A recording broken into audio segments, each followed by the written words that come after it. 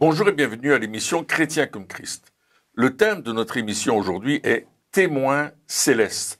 Alors Christine, tu as un texte à nous lire de ce que l'apôtre Paul va vivre justement avec une rencontre très particulière. C'est un texte un peu long, mais il nous explique beaucoup de bonnes choses. Alors on laisse la place pour lire Acte 26. Acte 26 à partir du verset 13. Vers le milieu du jour, alors que j'étais en chemin, j'ai vu resplendir autour de moi et de mes compagnons de route une lumière venant du ciel, plus éblouissante que le soleil. Nous sommes tous tombés par terre, et j'ai entendu une voix qui me disait en langue hébraïque « Saul, Saul, pourquoi me persécutes-tu? Il te serait dur de te rebeller contre les aiguillons. » J'ai répondu « Qui es-tu, Seigneur ?» Et le Seigneur a dit « Je suis Jésus, celui que tu persécutes. Mais lève-toi et tiens-toi debout, car je te suis apparu pour faire de toi le serviteur et le témoin de ce que tu as vu et de ce que je te montrerai. Je t'ai choisi du milieu de ce peuple et des non-juifs vers qui je t'envoie. Je t'envoie leur ouvrir les yeux pour qu'ils passent des ténèbres à la lumière et de la puissance de Satan à Dieu, pour qu'ils reçoivent par la foi en moi le pardon des péchés et une part d'héritage avec les saints. C'est pourquoi je n'ai pas résisté à la vision céleste. » Et là, Paul réalise, en fait, il explique que cette vision qu'il a reçue, c'est vraiment une vision qui venait du ciel, puisque c'est Jésus lui-même qui était monté au ciel, qui lui est apparu, et qui a fait de lui ce témoin des choses qu'il a vues. Oui, alors dans l'émission précédente, on parlait justement de l'intimité, du fait de voir comme Jésus voyait le Père faire, etc. Et ici, on a un exemple quand même extraordinaire d'une vie qui a été totalement transformée. Absolument. De tout en tout, de bout en bout, par une vision, par un instant, on va dire, d'éternité, un instant de vision céleste, où il a vu d'abord, il a vu une lumière, il s'est dit, c'est quoi cette lumière ? Et la lumière s'est allumée aussi chez lui tout d'un coup. Oui, c'est vrai. C'était pas juste une lumière physique, parce qu'il l'a vue avec ses yeux, mais en même temps, c'est une lumière qu'il a vue aussi dans son esprit, je pense. Et là, ça a totalement changé sa manière de voir les choses, de faire les choses. Et donc, il y a quand même un intérêt à avoir ce genre de vision. Il était complètement retourné, Oui, on pourrait dire comme ça. En un instant, en une seconde, il s'est passé une vision qui lui a montré beaucoup de choses. D'abord, il a vu les choses du ciel. Et puis Dieu lui dit aussi, tu vas encore voir des choses. Donc tu as vu les choses du ciel, mais tu vas encore voir les choses. Tu vas voir encore plus de ce que moi je vais te montrer. Et il lui dit, pour que tu ouvres les yeux des païens. Donc il veut à un certain moment, donc Dieu lui confirme qu'il va aller annoncer l'évangile aux païens. On se souvient que c'est Pierre qui a ouvert la porte vers les païens en allant vers Corneille, mais c'est Paul qui va faire le travail pour ouvrir les yeux de ceux qui n'ont pas encore vu les choses célestes. Et c'est ça en fait le message. C'est la bonne nouvelle du royaume de Dieu, mais on va le voir, ce royaume. On va rencontrer, on va voir les choses célestes, et c'est ce que Paul est en train de faire. Il est en train de leur dire, mais va leur montrer les choses qu'ils ne voient pas encore. Donc ça veut dire qu'il peut y avoir aussi un lien entre ce que nous on voit et ce que on permet aux autres de voir. C'est-à-dire que une fois qu'on a reçu justement une révélation, ça nous permet de pouvoir communiquer cette révélation aux autres quelque part. Au lieu que ça reste théorique, parce que Paul, quand il était Saul de Tarse, était quand même un érudit. C'était quelqu'un qui connaissait la parole de Dieu. Il avait toute cette connaissance, il connaissait la théologie, il connaissait beaucoup de choses sur la parole de Dieu, mais il n'avait pas eu la révélation. Exactement. Et tant qu'il n'avait pas la révélation, cette connaissance avait comme fruit pour lui tout l'inverse de ce qu'il devait faire, c'est-à-dire qu'il persécutait l'Église au lieu de faire grandir l'Église. Ouais. Et c'est la même chose dans notre vie.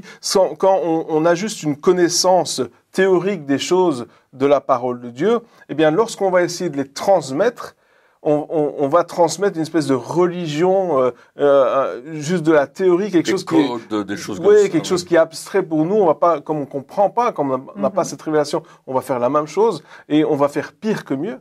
Alors que quand on a une révélation, lorsque tout d'un coup ça s'est allumé, la lumière s'est allumée, eh bien à ce moment-là, c'est comme si ce qu'on donne, on le vit. C'est pas juste quelque chose qu'on connaît avec notre entendement, mais c'est quelque chose qu'on vit. Ouais. Et là, ça n'a pas le même sens. Il y a un texte de la Bible qui dit que faute de vision ou de révélation, le peuple périt.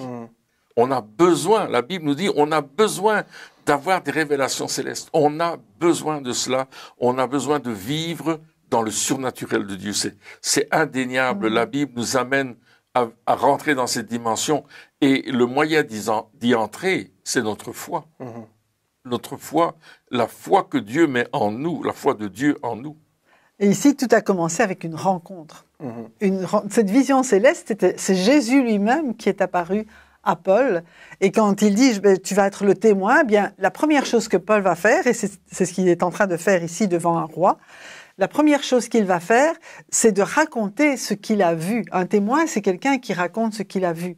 Il a vu Jésus, il a entendu Jésus, il a entendu son message. Et la première chose, c'est effectivement de répandre ce qu'il a vu venant du ciel. Et là, il ouvre aussi les yeux des aveugles, simplement en disant ce qu'il a vu. Si on reçoit sa parole, on peut vraiment rentrer dans la même réalité. C'est vraiment intéressant parce que souvent, lorsque on veut transmettre quelque chose, on transmet ce qu'on connaît. Oui. Hein, donc, ce qu'on a peut-être compris ou ce qu'on a appris, mais c'est pas la même chose lorsque on témoigne. Oui. Lorsqu'on témoigne, c'est facile parce que ce qu'on fait finalement, c'est juste raconter ce qu'on a vécu. Que les gens le croient ou le croient pas, n'a pas d'importance. Ce qu'on a vécu, on l'a vécu. Ce qu'on a vu, on l'a vu. C'est une réalité pour nous. Lorsqu'on essaye de transmettre une connaissance, on essaye de faire en sorte que les gens comprennent ce qu'on est en train de dire, ce qui est juste. Il n'y a rien de mauvais là-dedans. Hein. Mais ici, Paul, il se prend pas la tête. Il dit, voici ce que j'ai vécu. Je vous l'apporte comme je l'ai vécu. Comme je l'ai vécu, que ce qui s'est passé, je vous le dis. Et l'impact que ça a eu sur moi ça peut l'avoir également sur vous. Ce que j'ai vécu, c'est pas juste pour moi, c'est aussi pour les autres. Et donc, c'est beaucoup plus facile de témoigner de quelque chose qu'on voit. Et c'est pour ça, c'est important d'avoir cette vision céleste et de devenir des témoins de cette vision. Des témoins de ce qu'on voit finalement en disant, ben voilà, écoutez, moi, j'ai vu ça. Je sais pas forcément ce que ça veut dire. Il n'a pas essayé d'apporter une explication théologique en disant, ah oui, mais cette lumière, c'est ça que ça veut dire, et la voix, c'est ça que ça veut dire. Non, il a juste été le témoin de ce qu'il avait vécu en toute simplicité. Et je pense que de temps en temps, on a besoin de revenir à cette simplicité. Voici ce que j'ai vécu. J'ai pas tout compris. Ou voici ce que je vois. Ou peut-être quand on est en train de prier pour quelqu'un, on voit quelque chose. Et voici ce que je vois. Je ne veux pas essayer de comprendre. Je ne veux pas essayer de te donner l'explication. Voici ce que je vois. Peut-être que pour moi, ça n'a pas de sens. Mais pour la personne à qui je la donne, ça a du sens. Et ça, c'est quelque chose de divin. Ça vient de Dieu. Et c'est des choses qu'on voit et qui sont accessibles à tout un chacun. Oui, à chaque personne qui est née de nouveau, c'est accessible. Oui. Et Paul parle de vision céleste. C'est-à-dire quelque chose qui appartient au ciel. Qui appartient, on va dire, au troisième ciel, comme on s'exprime. Le troisième ciel, c'est là où Dieu règne, où là il trône. Mais je pense qu'il trône partout, de toute façon. Et il dit, mais j'ai vu des choses dans le ciel. Et si on se réfère à Jean, dans l'Apocalypse, il dira aussi, monte plus haut, parce que je vais te montrer des choses célestes. Et là aussi, à un certain moment, on doit monter plus haut que ce qu'on a vu jusqu'aujourd'hui. De ce qu'on fait aujourd'hui, de ce qu'on vit aujourd'hui. On doit monter plus haut dans notre relation avec Dieu. On doit aller plus proche de lui. Parce qu'il veut nous parler. Il veut nous enseigner. Il veut nous montrer des choses que nous ne connaissons pas. C'est ce qu'il dit dans le prophète Ésaïe. Je vais t'enseigner, je vais te montrer des choses que tu ne connais pas. Des choses que tu n'as jamais vues. C'est moi qui vais te les dire. Et tu vas les comprendre pour toi. Et c'est ça que Dieu dit à chacun de nos auditeurs.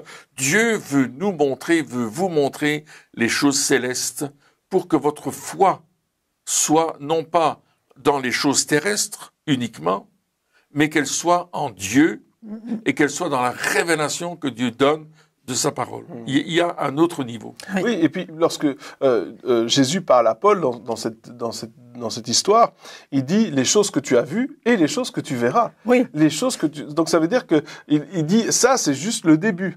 Ce n'est que le début. C'est-à-dire que lorsqu'on vit notre vie avec Dieu, le moment de la conversion où beaucoup de personnes ont vécu quelque chose d'extraordinaire, où ils ont une révélation, ils ont senti l'amour, il y a tout qui s'est passé, hein, des personnes qui ressentent quelque chose, des personnes qui voient, d'autres qui comprennent. Enfin, oui, tout à fait. Pour chacun, c'est différent, mais à chaque fois, c'est un moment bien précis qu'on se souvient.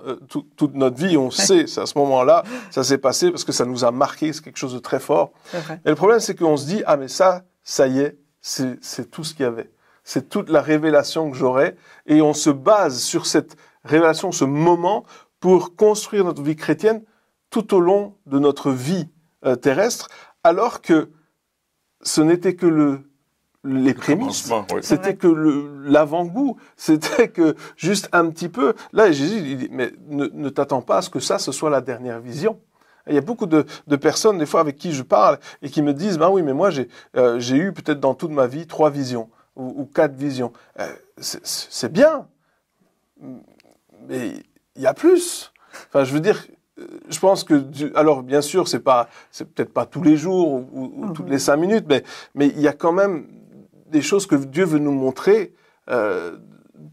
constamment. Il y a des choses qu'il veut nous révéler, et c'est ce que Jésus il dit à Paul. Il dit, ça va pas, c'est pas la fin. C'est pas la fin, c'est vrai. Bon, il y a des façons où tu vois, il y a des moments où tu perçois. Oui, c'est alors pas toujours bien sûr, nouveau. Ça tantôt d'une manière, tantôt d'une autre. Etc. C'est pas forcément une vision, mais ça peut être plein de choses différentes. Et là, Paul dit dans Colossiens 3, « Si donc vous êtes ressuscités avec Christ, cherchez les choses d'en haut, où Christ est assis à la droite de Dieu. Affectionnez-vous aux choses d'en haut et non à celles qui sont sur la terre, car vous êtes morts et votre vie est cachée avec Christ en Dieu. » Donc, à plusieurs reprises dans la parole de Dieu, il nous dit qu'on est avec Christ, qu'on est assis dans les lieux célestes, et que notre rôle, c'est aussi de chercher ce qui est en haut parce que c'est là qu'est notre vie. Sur la terre, ok, on vit sur la terre, on marche sur la terre, mais la vie éternelle, elle se passe à un autre niveau, et il faut nous affectionner à ces choses. Et quand Jésus disait cherchez, vous trouverez, frappez et on vous ouvrira, moi j'imagine, on frappe à la porte du ciel quelque part. Oui, mais c'est ça. Et parce qu'on frappe à la porte du ciel, le ciel s'ouvre, et puis on peut vraiment accéder aux choses d'en haut, à ce que Dieu veut nous révéler. En fait, il a tellement de choses à nous révéler, mais il faut qu'on y aille. Oui, mais il y a une invitation qui est constante. Oui, c'est-à-dire que Jésus a commencé avec l'invitation en disant, maintenant le royaume de Dieu, il est accessible. Si tu nais d'en haut, si tu n'es pas d'en haut, tu peux pas avoir accès. Mais si tu nais d'en haut, tu peux voir le royaume de Dieu. Tu peux venir, il est accessible. Donc Jésus a lancé l'invitation. Paul continue encore, et bien d'autres en parlent. Lorsque Jean écrit l'Apocalypse, il disait, mais le jour du Seigneur, j'étais en esprit, c'était quelque chose de tout à fait normal. Et puis ensuite, j'ai été ravi. Donc il y avait encore une autre dimension. Les apôtres, les disciples parlent de ces choses-là lorsque dans les prophètes aussi, Élisée qui invite son serviteur à voir aussi les choses qui sont célestes. Donc il y a toujours une invitation. C'est pas quelque chose qui est réservé, je pense, à une élite. Je pense que c'est quelque chose qui est pour chacun d'entre nous. Alors on l'a dit de nombreuses fois au cours de nos émissions, mais c'est tellement important d'insister sur ce fait-là. Et puis moi je trouve intéressant dans ce texte où Jésus dit à Paul, mais voilà, tu vas avoir cette vision, j'ai vu, je verrai encore, et puis il ressort de cette rencontre aveugle. Et ça, je trouve ça juste extraordinaire, parce que c'est comme si Jésus lui disait, ça c'est l'état dans lequel tu étais, et maintenant je veux que tu vois. Et pour que tu puisses réaliser dans quel état tu étais, tu vas rester aveugle pendant, je pense, 3 jours. Tu vas rester aveugle quelques jours, le temps de comprendre où on en est. Et je pense que Paul, lorsqu'il a vécu cette situation où il était aveugle physiquement, il a vu c'était quoi d'être aveugle. Ou il a compris Oui. c'était quoi d'être aveugle. Le fait d'avancer à tâtonnement, le fait d'avoir besoin de quelqu'un, le fait sûrement de se prendre des murs, de se prendre des pieds de table, de se prendre des chaises. Je suis sûr que quand on est aveugle, si on se balade dans une pièce où il fait sombre, où il fait noir et qu'on voit pas, c'est là qu'on se fait mal. Moi, l'autre jour, j'étais dehors, il faisait noir, il y avait quelque chose par terre, je l'ai pas vu, je me suis pris le tibia bien comme il faut dans le meuble. Là, j'ai senti que je vivais. Mais c'est ça qui se passe quand on est aveugle. On sait pas trop où on va, on sait pas trop où on est. S'il y a un fossé, on le voit pas. Et je pense que Paul, il s'est rendu compte de l'état dans lequel il était. Oui.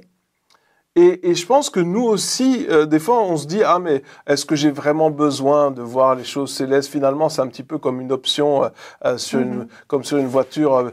Est-ce que je prends la clim ou pas? Je sais pas si je vais en avoir besoin, je suis pas sûr. Mais lorsque on est aveugle et qu'on voit plus, on se rend compte que nos yeux sont vraiment essentiels. Et de la même manière, il faut qu'on se rende compte que cette vision céleste, elle est aussi essentielle que nos yeux physiques. On en a besoin. C'est vrai. On en a besoin. Et Paul, je pense qu'il a réalisé ça. Le jour où Ananias est venu, il a prié pour lui et que les yeux se sont ouverts. C'est les écailles qui tombent des yeux. C'est les écailles qui tombent des yeux. Là, il s'est dit, ah ouais, là, je suis content. Moi, j'ai quand même une autre explication. Ce que tu dis est tout à fait juste. Mais je pense qu'il est resté aveugle pour qu'il ne soit pas distrait de la vision que Dieu lui avait donnée. C'est vrai. Il a pu réfléchir. Réfléchir, analyser, comprendre, parce que Paul était un érudit, on l'a dit, il était élevé au pied de Gamaliel, il parlait plusieurs langues, il connaissait l'hébreu, il connaissait l'araméen, il parlait le grec. Paul était érudit, vraiment. Mais là, il a réfléchi à ce qu'il avait vu, il a réfléchi à qui était Jésus, il a eu cette relation avec lui, parce que on ne nous dit pas ce qui s'est passé pendant ces 3 jours-là.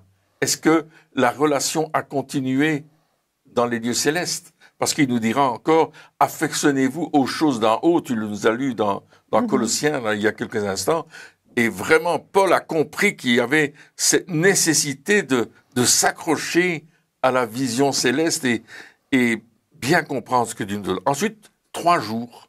3 jours, ça nous fait penser à Jésus dans le tombeau, qui va ressusciter le 3e jour. 3 jours, c'est le signe d'un changement, un shift complet dans notre vie, qui fait que il était mort dans ses péchés, Paul, malgré qu'il était religieux. Et là, je m'adresse à tous les religieux qui n'ont pas encore eu une rencontre avec Christ. Vous êtes morts dans vos péchés, il faut donner votre vie à Jésus. Aujourd'hui, maintenant, faites-le tout de suite. Parce que là, c'est la mort. Mais Paul, il ressuscite. Le 3e jour, la vision est sur lui. Il a une vision céleste. Il n'y a pas résisté. Il est rentré dans une révélation tellement puissante que ça va le motiver à continuer. Et tout au long du livre des Actes, quand on regarde le cheminement de Paul avec ceux qui l'accompagnent, il dit, le Saint-Esprit ne nous a pas permis d'aller dans tel endroit. Il dit, j'ai reçu une vision, un Macédonien qui me disait, viens nous secourir. Et ainsi de suite. Il y a tout le temps une relation de révélation constante dans la marche de Paul. C'est pas seulement un moment, c'est pas seulement un instant, c'est quelque chose de constant. C'est un style de vie de Paul et de nous aussi. Dieu nous appelle à avoir ce style de vie où on va dépendre de lui, voir sa vision, avoir cette intimité avec lui, pour que la vision céleste soit quelque chose qui nous anime constamment, et on va marcher là-dedans. Et je vais vous dire une chose, parfois on fait des choses, et on ne sait pas trop bien pourquoi, mais on les fait. Et plus tard, on se rend compte que effectivement, on était conduit par le Saint-Esprit pour les faire. On les a fait instinctivement, on les a continués, mais le Saint-Esprit était là. Il nous a conduits dans quelque chose que on ne savait pas trop. On n'a pas vraiment eu la vision céleste, comme Paul l'a eu, mais on a eu une impression en nous qui nous est fait-le. C'est important. Oui. Ça montre aussi que ce n'est pas toujours nos raisonnements. La Bible dit à un certain moment, le cœur de l'homme médite sa voie, mais c'est l'Éternel qui dirige ses pas. Absolument. Et il est capable de nous diriger. Et bon, C'est bien si on sait où on va. Hein. Il dit ne soyez pas comme un mulet ou un cheval sans intelligence qu'on est obligé de... Mais il veut nous conduire et qu'on participe, je vais dire, plus volontairement encore avec lui à l'œuvre qu'il veut accomplir et puis à l'être qu'il veut que nous soyons. Oui, et pour ça, il faut s'affectionner, rechercher les choses d'en haut. C'est intéressant ce que tu as dit. Paul, il n'a pas résisté à la vision céleste. Ça veut dire qu'on est capable de résister à la vision céleste. Oui. Et une des manières de résister à la... Parce que des fois, ce mot « résister », c'est un mot qui est assez fort. On se dit, c'est comme si on va se battre contre la vision céleste. Mais c'est pas ça. Résister, c'est bien plus sournois que ça. C'est des fois peut-être avoir une vision ou vivre quelque chose de surnaturel et puis se dire je pense pas que c'est Dieu. Je ne sais pas si c'est vraiment Dieu qui... Et remettre en doute constamment ce que nous vivons. Remettre tout ce qui est surnaturel, tout ce qui dépasse notre entendement, tout ce que, des fois, Dieu veut nous faire vivre, on le remet constamment en doute en disant « Ah, ça me fait un peu peur, donc je vais laisser ça de côté. Hein, je ne sais pas si c'est de Dieu. » Mais la vérité, c'est que il faut qu'on se pose juste une question. Est-ce que ce que je suis en train de voir c'est conforme à la parole de Dieu ou est-ce que ça va à l'encontre de la parole de Dieu? Si c'est conforme à la parole de Dieu ou ça va pas à l'encontre de la parole de Dieu, je risque pas grand-chose. Si je me trompe, je me trompe. Mais je risque pas grand-chose. Si c'est à l'encontre de la parole de Dieu, ok, ça c'est pas juste. Mais si c'est pas à l'encontre de la parole de Dieu, si ça parle de choses du ciel et ce genre de choses, pourquoi est-ce que je vais résister avec mon entendement? Parce que souvent c'est ça. C'est-à-dire que Dieu nous rend capable de voir les choses du ciel, mais notre entendement nous dit, notre corps, enfin peu importe, notre chair, peu importe comment on va appeler ça, nous dit « Ah mais non, c'est pas vraiment ça, tu deviens fou, c'est pas ça que tu es en train de vivre, c'est n'importe quoi, mais tu te prends pour qui ?» Et il y a toutes ces pensées qui sont là. Et si on donne accès à ces pensées, si on leur laisse la place, alors ce qu'on va faire, c'est éteindre et de facto résister à cette vision céleste. Et donc, c'est assez sournois le fait de résister. Et c'est pour ça qu'il y a tellement de chrétiens aujourd'hui qui restent dans ce monde naturel, qui s'attachent pas aux choses d'en haut, qui cherchent même pas les choses d'en haut. Ils cherchent à comprendre la parole de Dieu, à comprendre les choses spirituelles, on est d'accord, mais tout ce qui dépasse notre entendement, tout ce qui est au-delà de ce qu'on peut comprendre et de ce qui est physique dans la réalité, eh bien, on rejette et on met de côté. Et ça, c'est dangereux. Bien sûr, il faut rester biblique. Bien sûr, il y a aussi des excès ça, je dis pas le contraire. Non, mais Dieu est capable de canaliser. Voilà, mais Dieu nous aide et Dieu nous donne aussi la sagesse et puis il va nous donner l'entendement, mais ne résistons pas à cette vision céleste. Et puis, il y a une autre façon de résister, c'est de recevoir la vision, et puis de chercher d'autres visions, et puis encore d'autres visions, mais juste pour avoir des visions. Et on ne fait rien avec. Ça, c'est juste, comme on avait parlé dans l'émission. C'est ça. On est, ok, il y en a qui ont, même au niveau prophétie, il y a des personnes qui ont des carnets entiers de prophétie, mais elles n'ont jamais agi en fonction... On attend que Dieu fasse tout. Voilà, c'est ça. Alors que ici, il dit, ok, je vais te montrer ça, voilà ce que tu viens faire. Mais Paul s'est mis en marche. Dès qu'il a pu le faire, il l'a fait. Et tout ce qu'il avait même appris avant, on disait c'est un érudit, c'est vrai. Mais pendant ces 3 jours, je crois que c'est toute sa mentalité qui a changé et un peu, on pourrait dire, les pièces qui se sont mises à place par rapport à ce qu'il connaissait de la parole et à cette révélation de Jésus, si bien qu'il a pu aller dans les synagogues et, à partir de la parole de Dieu qu'il connaissait, vraiment essayer de convaincre que Jésus, c'est vraiment le Messie, quoi. Donc il avait cette connaissance. Et quand il a eu cette illumination de qui était vraiment Jésus, vraiment le Seigneur a tout mis à place, mais il s'est mis en route directement, d'abord pour les Juifs, mais on sait aussi pour les païens. Donc il a accompli la vision, il a marché, c'est avec ses pieds qu'il est allé marcher, c'est avec sa bouche qu'il a parlé, il n'a pas attendu que Dieu le fasse à sa place. Donc si je comprends bien, le but c'est de, au lieu d'avoir une révélation complète, faire les choses qu'on sait faire, avec la révélation qu'on a déjà à ce moment-là. Et à ce moment-là, Dieu en rajoute. Et Dieu en rajoute. Oui. Et Paul s'est investi pleinement. Oui. Il n'est pas retourné en arrière.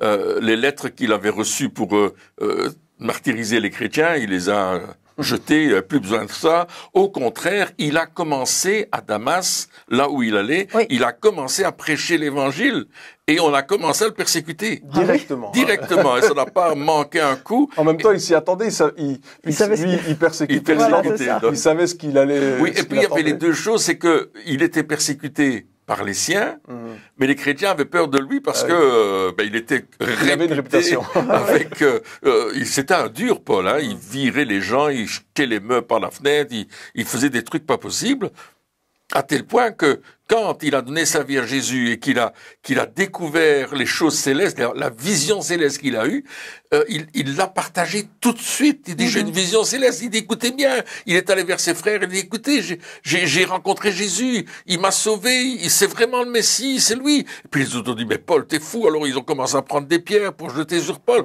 Et Paul a dû s'enfuir. Et on a dû le cacher. Les chrétiens ont compris que Paul avait vraiment changé complètement. Changé de camp. Et ils l'ont sorti par la muraille, ils l'ont descendu dans une corbeille pour qu'il puisse se sauver. Et puis là, Paul s'est retiré pendant un temps parce que il voulait perfectionner sa rencontre avec Jésus et bien comprendre les choses avant d'aller les expliquer aux autres et de dire dans les synagogues, mais moi j'ai rencontré le Messie. Et là, c'est ce qu'il a fait d'ailleurs. Quand il a commencé, partout où il est allé, il a commencé à prêcher le Christ. Il a commencé à prêcher la puissance de Dieu et à la démontrer. Oui. C'est pour ça qu'il dit, je suis pas venu avec vous avec des paroles, des discours et de la sagesse. Non, je suis venu avec une démonstration d'esprit et de puissance parce qu'il avait découvert le Tout-Puissant. Il avait découvert la puissance de Dieu et cette puissance-là, il voulait la partager. Et à cause de sa révélation céleste, pas à cause de ce qu'il avait, qu'on lui avait posé les mains pour qu'il y ait de la puissance, il y ait de l'onction, etc. Non, parce que il avait reçu une vision céleste qui lui donnait l'autorité de faire ce qu'il devait faire. Et il l'a fait en obéissance à Dieu, quel que soit le prix. Il s'est investi complètement dans sa vision. Oui, et puis il avait découvert, alors lui il l'a découvert tout de suite, il avait découvert cet accès au ciel. Oui. Hein, il a découvert cet accès au ciel et il l'a utilisé encore et encore et encore et encore. Il a découvert que, comme on l'a dit, nous sommes assis avec Christ dans les lieux célestes. Nous sommes déjà au ciel. Des fois, il faut juste ouvre. Il a dit regarde, ouvre tes yeux, regarde ce qui est en train de se passer. Cherche les choses d'en haut. Ne reste pas avec ta vision terrestre. Va avec cette vision céleste, va avec cet appel, être des témoins de ce qu'on voit, de ce que Dieu veut nous montrer. Et c'est ça. Et il a été témoin. Et un témoin, c'est quelqu'un justement qui va raconter. Et nous sommes appelés à raconter et à témoigner de ce que nous vivons avec Dieu jour après jour. Il a tellement de choses à nous montrer, tellement de choses qu'il veut que nous partagions aussi. Alors il faut vraiment qu'on rentre dans cet appel que Dieu a pour notre vie. Amen. Eh bien, chers amis, merci encore de nous avoir suivis pour cette émission. Et puis on se retrouve très bientôt pour la suite. Au revoir.